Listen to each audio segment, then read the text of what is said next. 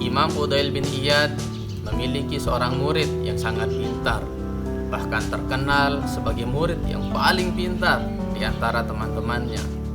Tapi sayang, murid yang paling pintar ini harus mati dalam keadaan su'ul khatimah. Apa penyebabnya? Mari simak video ini.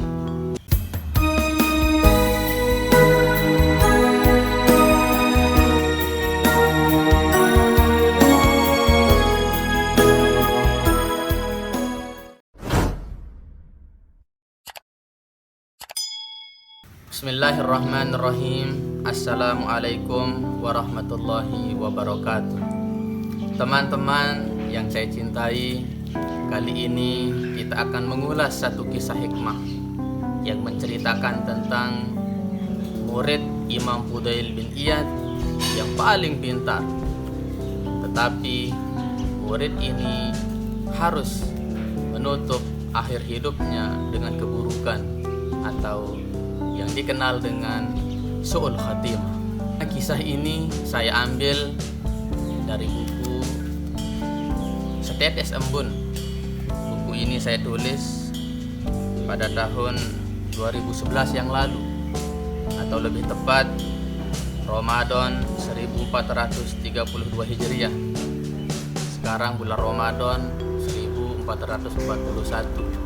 Berarti kurang lebih ini sudah 9 tahun saya tulis. Teman-teman, saya mengambil kisah ini di dalam buku saya, dan buku ini referensinya adalah kitab Minhajul Abidin karya Imam Al-Ghazali rahimahullahu ta'ala. Imam Al-Ghazali menceritakan di dalam kitabnya, pada suatu hari murid Imam Fudail bin Iyad yang paling pintar ini jatuh sakit. Sakitnya ini teman-teman sakit parah, sakit menjelang akhir hayat.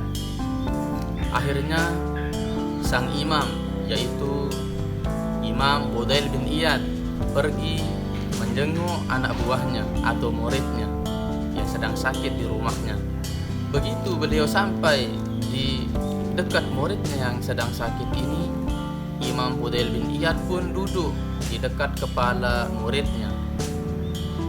Beliau kemudian membacakan muridnya yang sedang sakit parah ini surah Yasin. Begitu beliau membaca surah Yasin, muridnya langsung protes. Apa katanya? "Wahai guruku, jangan engkau baca surah ini." Mendengar ucapan muridnya, Imam Fudail bin Iyad pun diam. Beliau menghentikan bacaan surah Yasin. Lalu kemudian Imam Fudail bin Iyad pun mengajarkan muridnya ini untuk membaca tahlil. Apa kata muridnya? "Wahai guruku, aku tidak akan pernah membaca bacaan itu karena aku sudah mencuci tangan darinya." Naudzubillah min zalik. Teman-teman, muridnya Imam Fudail bin Iyad yang paling pintar ini tidak mau diajarkan membaca tahlil di akhir hidupnya. Sehingga apa yang terjadi? Sang murid yang terkenal paling pintar ini mati dalam keadaan su'ul khatimah. Selanjutnya teman-teman, Imam Al-Ghazali melanjutkan kisahnya. Sang imam penasaran, maksudnya Imam Fudail bin Iyad penasaran, mengapa muridnya yang paling pintar ini mati dalam keadaan buruk, dalam keadaan jelek, su'ul khatimah. Maka rasa penasaran beliau pun terjawab lewat sebuah mimpi. Imam Fudail bin Iyad bermimpi melihat anak buahnya ini yang terkenal pintar ini, yang kemarin-marin mati ini, beliau melihatnya diseret ke dalam neraka jahanam, sehingga membuat beliau terbelalak, kaget. Beliau kaget, kenapa muridnya ini yang terkenal pintar ini mati dalam keadaan su'ul khatimah dan bahkan diseret ke neraka jahanam. Sang imam pun bertanya kepada muridnya, "Wahai muridku, kalau boleh saya tahu, apa sebabnya engkau mati dalam keadaan su'ul khatimah? Apa sebabnya kemarfatanmu dicabut oleh Allah Subhanahu wa taala? Itu pertanyaan Imam Fudail kepada muridnya. Lalu sang murid pun menjawab, "Wahai guruku, semua ini terjadi karena 3 hal. Pertama, adu domba. Aku mengatakan sesuatu yang lain kepada teman-temanku dari apa yang engkau ucapkan.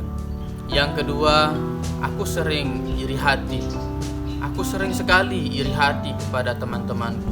Kemudian yang ketiga, aku pernah menderita suatu penyakit dan kutanyakan kepada dokter, dan dokter itu menyarankan aku untuk meminum khamar 1 kali dalam setahun.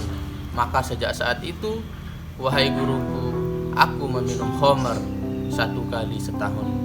Jadi teman-teman, demikian jawaban dari murid Imam Fudail bin Iyad ketika ditanya oleh gurunya di dalam mimpi itu. Jika teman-teman mau membaca kisahnya secara utuh, versi aslinya, silahkan teman-teman mencari di kitab Minhajul Abidin. Karena di sini kisah yang saya tulis di buku ini 9 tahun yang lalu, saya mengambilnya di kitab Minhajul Abidin halaman 68.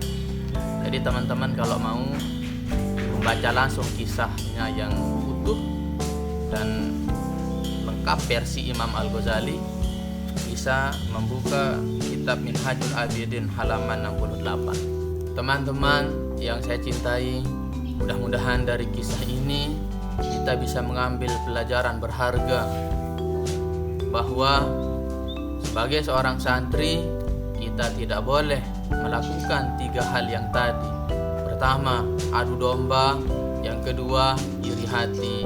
Yang ketiga, ini yang paling parah, yaitu meminum khamar. Yang disebutkan oleh para ulama, meminum khamar ini adalah induk dari segala macam keburukan. Orang yang sudah kadung meminum khamar biasanya akan ikut melakukan dosa-dosa yang lain. Teman-teman yang saya cintai, demikian kisah hikmah yang bisa saya sampaikan kali ini. Mudah-mudahan bermanfaat bagi saya, bermanfaat bagi teman-teman sekalian. Wallahul muwaffiq wal hadi ila sabilir rasyad. Assalamualaikum warahmatullahi wabarakatuh.